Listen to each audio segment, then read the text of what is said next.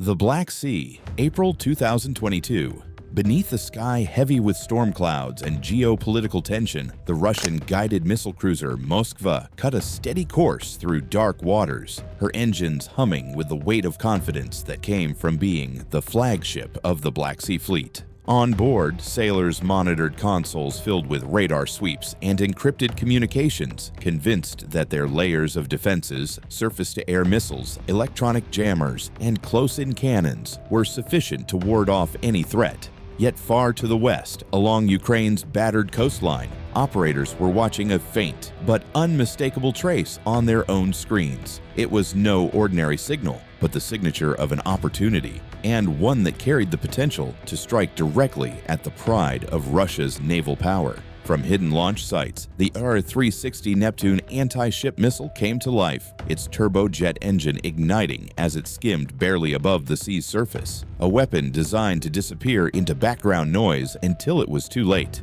Inside the Moskva, the first sign of danger was not a thunderclap of engines, but a fleeting anomaly on radar, a blip so small it could have been dismissed as clutter until it reappeared with sharper intent. Within seconds, alarms shrieked through the corridors, red lights pulsed, and sailors rushed to combat stations. The ship was suddenly transformed from hunter to hunted, her crew scrambling to activate interceptors, electronic countermeasures, and last-ditch gunfire, even as the missile closed distance with terrifying speed. But beyond the immediate clash of steel and fire lay a greater truth. The Black Sea was no longer just a contested body of water. It had become the stage for a demonstration that could shift the balance of naval warfare itself. For the first time in decades, a precision coastal weapon threatened to redefine what it meant to control the sea. And as the Moskva braced for impact, the question was no longer whether the flagship could defend itself, but whether it would survive at all. The Black Sea lay under a heavy silence, its surface broken only by the rhythmic swell of waves and the low thrum of engines deep within the Russian warship. The vessel, a symbol of advanced naval engineering and a key asset of Moscow's maritime presence, cruised on what seemed like a routine patrol. Its crew maintained discipline, eyes fixed on radar screens, sonar traces, and encrypted communications channels. But far beyond the horizon, hidden within the layers of electromagnetic static that cloud modern warfare, something stirred. Ukraine's coastal defenses, hardened by months of conflict and reinforced with the locally developed R-360 Neptune missile, had picked up a pattern, a fleeting trace, faint enough to be dismissed by complacent operators, but strong enough for a trained eye to recognize. It was the kind of signal that carried weight, the sort that made commanders tighten their grip on the railing and demand confirmation before acting. The objective was clear: identify, track, and prepare for the possibility of a strike, all while maintaining the veil of secrecy that could mean the difference between survival and disaster. Inside the operations center of the Russian ship, a dozen displays painted a picture of apparent calm. The phased array radar swept methodically, projecting its reach across the Black Sea, designed to spot enemy aircraft, incoming missiles, or even drones long before they closed in. The crew trusted its precision, convinced of the impenetrable defense network woven from surface-to-air missiles, electronic warfare suites, and close-in weapon systems. Yet technology can be deceived, and overconfidence can be fatal. As Ukrainian radar operators locked the Neptune missile's guidance system onto its target, the Russian ship continued its course, unaware of the threat gathering in silence. The Neptune was no ordinary projectile. It was engineered to fly low, hugging the contours of the sea, deliberately designed to evade the very radars now scanning the horizon. Its turbojet engine kept it steady, its onboard computer adjusting every fraction of a second, waiting for the signal to release its destructive force. In that moment, two different realities existed simultaneously, one of calculated preparation on the Ukrainian coast, and one of routine patrol aboard the Russian cruiser, each moving toward an inevitable collision neither side could reverse. The first indication came not with the roar of engines or the flash of light, but with the subtle flicker on a screen deep within the Combat Information Center. A radar operator noticed an anomaly, a blip appearing too briefly, almost swallowed by background clutter, then reappearing with more certainty. The call went up the chain of command, and within seconds alarms reverberated throughout the ship. Red lights bathed the corridors as sailors scrambled to stations, sealing hatches and manning weapons. The ship was alive now, no longer a predator but prey, caught in a race against seconds and physics. Orders were barked, defensive systems spun up, but the Neptune was already in flight, closing distance with relentless speed and low altitude. The realization struck hard. There might not be enough time. The first contact had been made, and what followed would test not just the ship's systems, but the will of its crew. And as the sea rolled dark and unforgiving beneath them, the next phase of the battle was already on its way. The alarms had barely finished echoing through the compartments when the crew of the Russian warship realized that what appeared on their radar was not an exercise or a fleeting ghost track. It was a missile and it was inbound. The Neptune, designed for this very kind of scenario, flew so low to the water that the ship's sensors struggled to maintain a consistent lock. Operators shouted bearings and ranges, officers called for confirmation, and the command deck pulsed with an urgency that left no room for hesitation. The objective was immediate and unmistakable. Deploy defenses, buy precious seconds, and hope the layered shield of technology would be enough. The sea offered no refuge, the coastline was too distant, and maneuvering a warship of this size under such short warning was almost futile. The vessel was forced to stand its ground, turning to face the invisible predator closing in from beyond the horizon.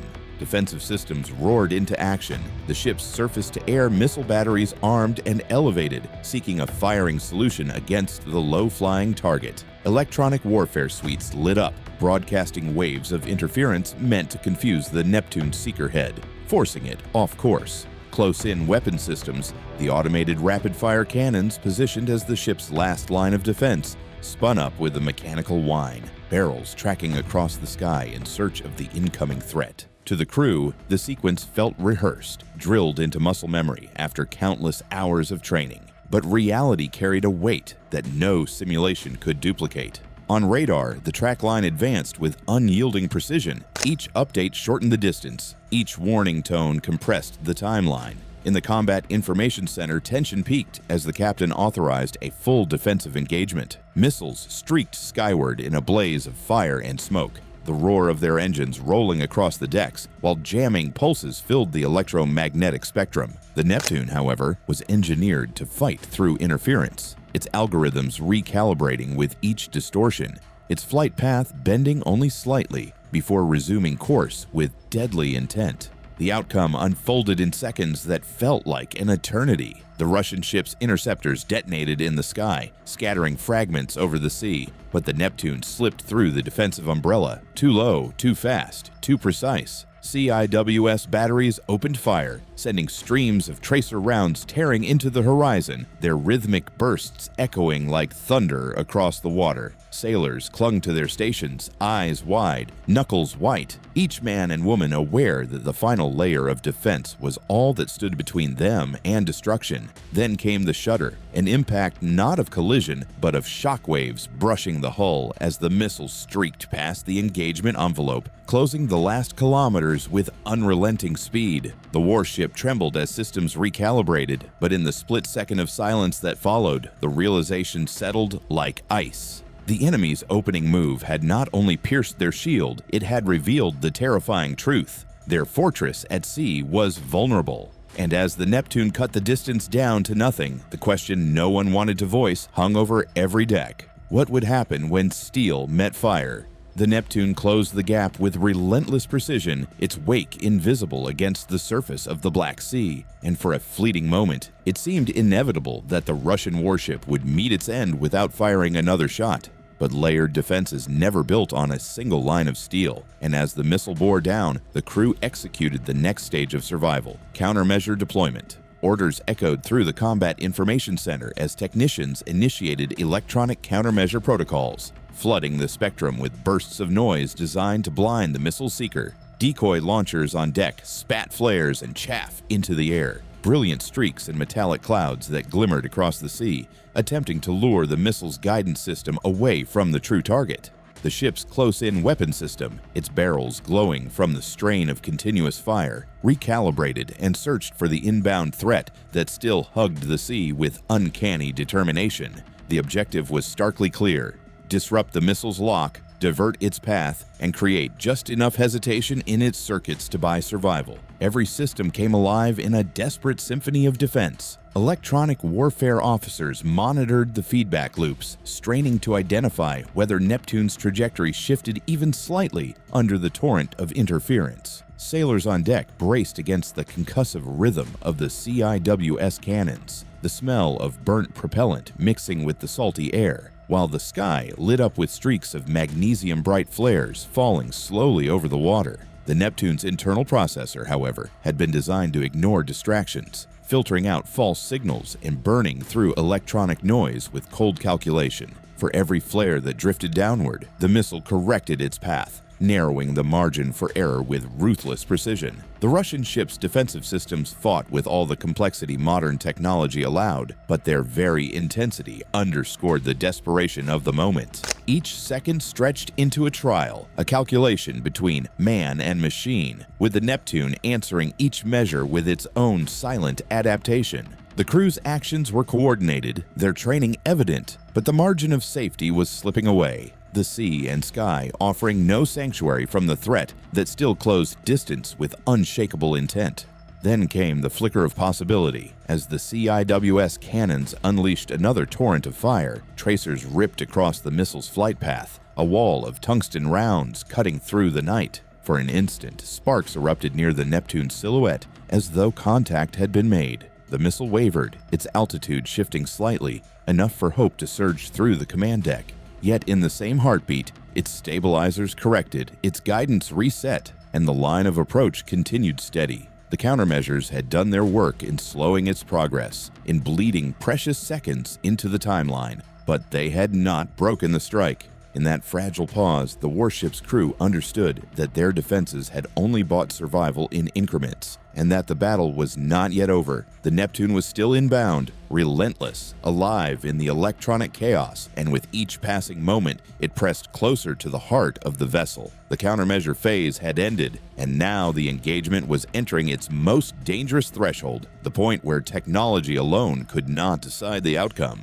The Neptune's persistence transformed the engagement from a distant radar track into a brutal close-range battle where every second threatened catastrophe. As the missile cut through the defensive screen and pressed nearer to the hull, the Russian warship shifted its tactics, no longer relying solely on automated responses, but on the judgment and coordination of its human crew. Damage control teams stood ready in sealed compartments, prepared for fire, flooding, or shock damage, while the command deck coordinated a desperate escalation of defensive measures. The ship's speed increased, engines driving the hull hard through the swell in a last attempt to complicate the missile's final guidance calculations. Orders cascaded through the vessel, every system bent toward one purpose: prevent impact or, failing that, absorb the strike in a way that would not sink the ship outright. The situation had moved beyond preparation. It was survival in its rawest form. The Neptune's design made such escalation agonizingly difficult. Unlike older missiles that could be confused or delayed in their terminal phase, this weapon carried advanced guidance software, its algorithms anticipating evasive maneuvers, its sensors adjusting in real time. The Russian crew launched a new wave of decoys, flares blooming across the sky, while chaff clouds spread like drifting silver curtains above the waves. CIWS turrets, already heated from continuous fire, redoubled their effort, streams of tracers tearing across the water as operators tried to create a wall dense enough to shatter the missile. Electronic warfare officers switched frequencies in bursts, shifting the spectrum to overload Neptune's ability to filter signals. For a moment, the chaos seemed to blur the missile's track. Radar operators reported fluctuations, momentary breaks in the line of approach, but each time the blip returned, steady and unwavering, as though nothing could deter it. The escalation only emphasized the terrible reality. The Neptune was engineered for this very contest, and every adaptation of defense had its counter in the missile's design. Then the battlefield shifted again. The Neptune was now at a range so close that every measure would come too late if it held its course. Sailors braced for impact, voices carrying through bulkheads as final instructions prepared the ship for a strike. The warship groaned under the strain of maneuvers meant to buy fractions of a second, and the air itself seemed charged with static from the overlapping layers of radar, jamming, and weapons fire. What no one could predict was whether the missile would strike squarely amidships, crippling the vessel at once, or if it might be deflected just enough to hit at an angle, damaging but not fatal. That uncertainty hung heavier than any alarm, for in the silence between bursts of cannon fire and the hiss of decoys, the Neptune continued forward. The escalation had reached its peak, and the moment of truth was no longer measured in minutes or even seconds, but in the breath between each heartbeat. And as the Black Sea roared against steel, the crew realized the decisive instant was upon them. The missile was about to choose their fate. The moment stretched into eternity as the Neptune bore down, every system on the Russian warship screaming in defiance, and every sailor braced for the inevitable. Yet even in the narrowest window of survival, war has a way of revealing its unpredictable edges. As the missile entered its final approach, the defensive fire from the close-in weapon system intersected its flight path at precisely the right instant. Streams of tungsten rounds, invisible to the naked eye until they ignited against the friction of the air, converged into a dense barrier that no amount of programming could anticipate. The Neptune, steady in its deadly intent, shuddered as fragments tore into its fuselage. Its engine sputtered, its trajectory wavered, and for the first time since launch, its course faltered. The warship, moments from destruction, had bought itself a sliver of reprieve. Hope returned to the crew, not with a cheer, but with the quiet intake of breath that comes when death has been delayed by a heartbeat. The damage to the missile was enough to rob it of perfection, but not enough to neutralize it. It continued forward, now trailing smoke, its guidance struggling to maintain stability as the ship's defensive systems poured everything into finishing the job. More CIWS bursts thundered across the deck, tracers glowing as they tore into the dark. Electronic warfare pulses continued to blanket the spectrum, each jamming wave striking the missile's seeker in a desperate attempt to push it off target. Radar operators tracked its irregular motion, calling out corrections as the Neptune veered slightly to port, then corrected again, wobbling like a wounded predator, unwilling to release its prey. For the sailors, those seconds were an agony of uncertainty. Every eye fixed on the advancing blur, every muscle tensed against the impact that still seemed inevitable. But the balance was shifting.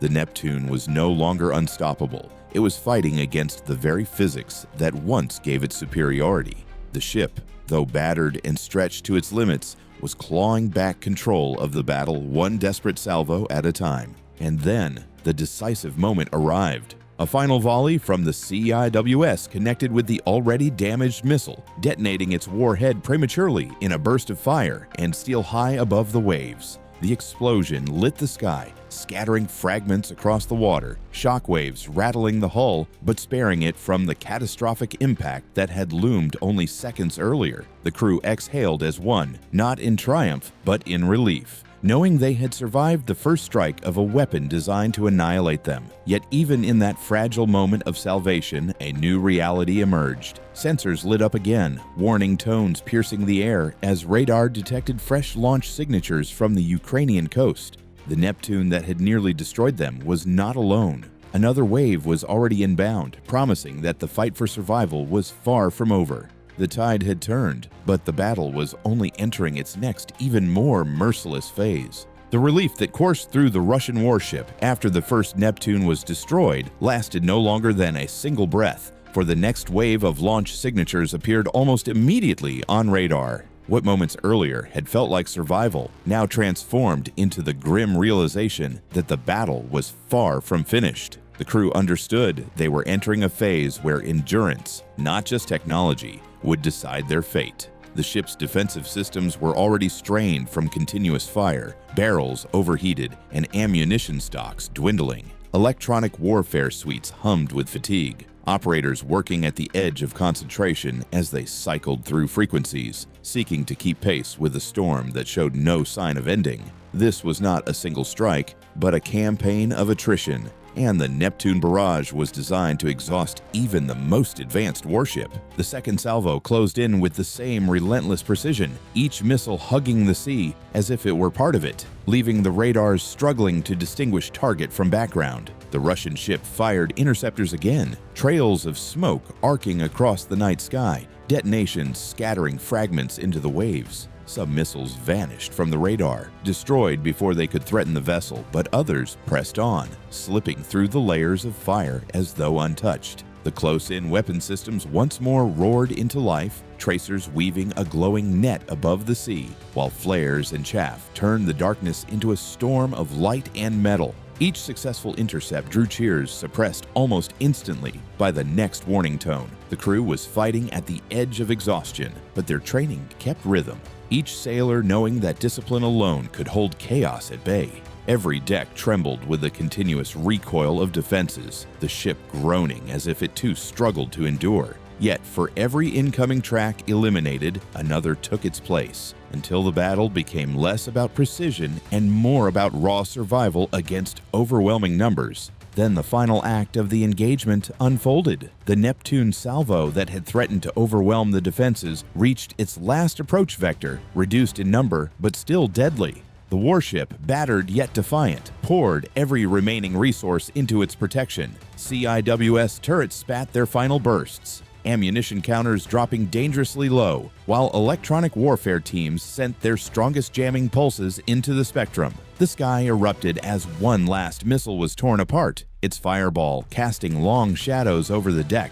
But the cost was evident in the strain of systems pushed beyond their limits. As silence slowly replaced the roar of battle, the radar screens cleared, no new signatures appeared. The Neptune assault had run its course, leaving the sea littered with fragments, and the warship scarred but afloat. The crew, drained yet unbroken, realized they had endured the storm, but their survival was not a triumph. It was a warning. The missile that had nearly destroyed them was not a weapon of theory. It was real. It was effective, and it had proven that even the most advanced defenses could be bent to the breaking point. The final sweep was over, yet what lingered was the haunting knowledge that the next wave might come without mercy, and no amount of endurance could guarantee survival forever. The battle in the Black Sea was more than a clash of missile and ship. It was a revelation etched in fire and steel. The Russian warship endured wave after wave of precision strikes. Its systems stretched to the breaking point. Its crew pushed beyond exhaustion, and yet survival was measured not in victory, but in the narrow avoidance of destruction. The Neptune missile had proven its worth, not as a theoretical weapon on the drawing board, but as a living demonstration of how a determined nation can challenge naval superiority with ingenuity and resolve. What should have been a routine patrol became a desperate fight for survival, and the lesson reverberated far beyond the Black Sea. Modern naval warfare is no longer defined solely by the size of fleets or the prestige of warships, but by the ability of one precision weapon to unbalance an entire theater of operations. For the sailors who stood their ground amid the chaos, the cost was written in sweat, fear, and the knowledge that no defense is absolute. The systems they trusted, radars, electronic jammers, interceptors, and close-in cannons, functioned exactly as designed, yet the missiles still came within seconds of ending them all. It is a truth that will haunt every navy that sails contested waters. Survival is never guaranteed, and even the most advanced fortress at sea can be bent until it almost breaks. The geopolitical implications are equally stark. If a single missile system can tilt the balance, then the calculus of deterrence, power projection, and sea control shifts dramatically. The Black Sea became the proving ground, but the message extends to every contested strait, every maritime frontier, every place where fleets may meet again. The warning is clear: the next war at sea will not wait for second chances. If you believe stories like this matter, and that we must understand modern war before it happens again, subscribe, like, and comment to support the channel.